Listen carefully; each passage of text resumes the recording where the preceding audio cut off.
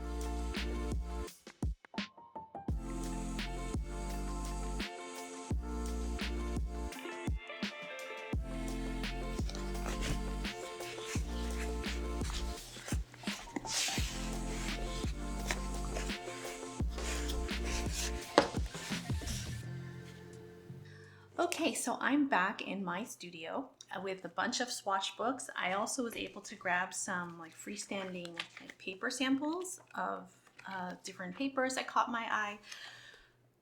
Honestly, some of these I just grabbed just for my own personal like reference later on. So when I used to work in advertising and marketing at a corporate company, our print coordinator would actually have a bunch of these type of swatch books at her desk, and we worked with a lot of local printers for a lot of our campaigns, like coupon books, little coupon mailers. Excuse me. Sorry, hold on. So we had a lot of local printers that we would work with when it came to our printed marketing materials. And it was really good for us to have a physical like paper to touch.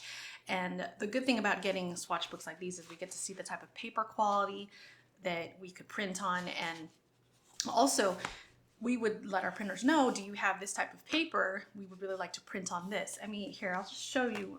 And again, a lot of these swatch books, some of these, excuse me, a lot of these swatch books I was actually able to get for free. The paper supply company had plenty of options I could pick from, so they just said, yeah, just take them. But you might have to order some. If you really are interested in getting some swatch books, you might have to order some for any creatives or paper enthusiasts out there. If you really, really want these, you can either go to your printer, you can either go to your paper supply store if you have one, or just you might have to go online and order some.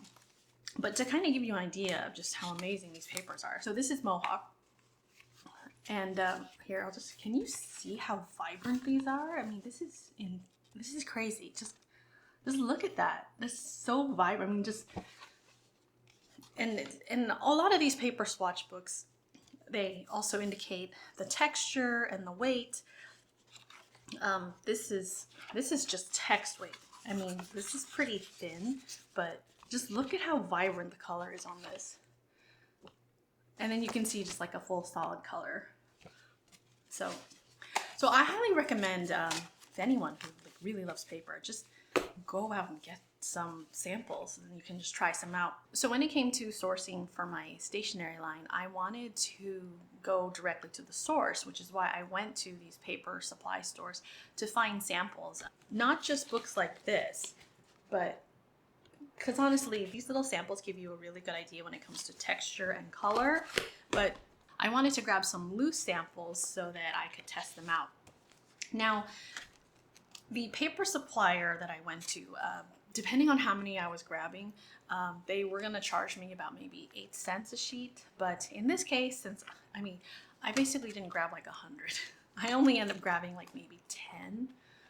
So I ended up, they just ended up giving it to me for free. So that's a bonus. So in my stationery launch video, I mentioned it was important for me to pick paper that was FSC certified, which, if you're not aware, basically it means FSC means Forest Stewardship Council. So the timber that is used to make these paper products, they don't cause any damage to the wildlife, and there's no deforestation. There's also a term called FSC mixed. So basically that means that it's a combination of FSC products as well as recycled items. And the good thing is a lot of paper companies out there are using practices that don't harm the environment, that reduce carbon footprint, that also don't endanger wildlife. So that's a good thing when it comes to using a lot of these paper companies.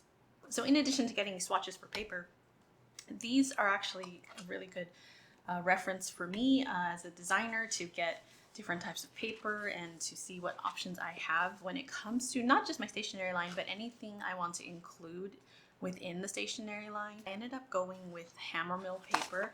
So hammermill has a very crisp, like solid white type of paper. So I have a 24-pound and a 28-pound. And I chose this paper because one, look at how crazy bright this is. This is amazing. And also, it's really good when using brush pens for lettering. So I figure if anyone needs to use markers or things like that when it comes to the journal and the planner, then these pages would have very little bleed through. So I'm going to do a test and then show you.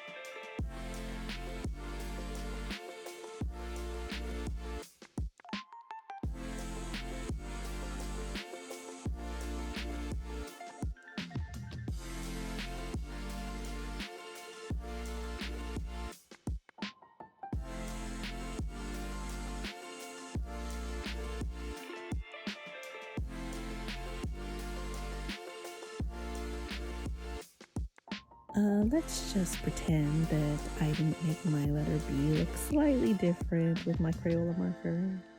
Okay.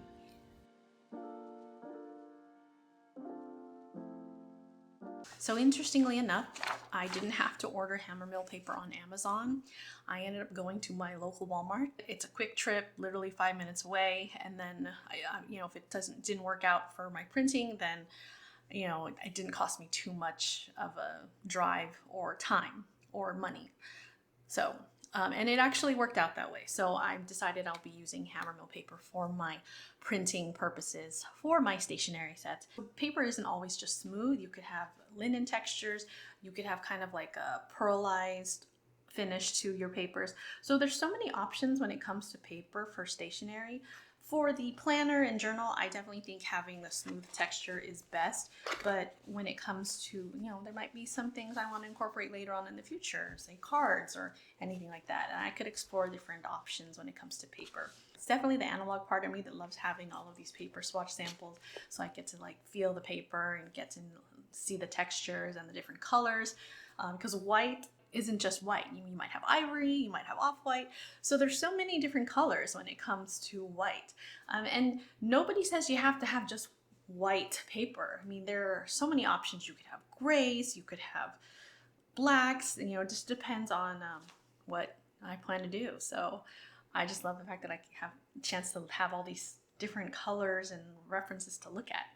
So let me know in the comments, do you like white paper, cream paper, or black paper? I'll see you next time.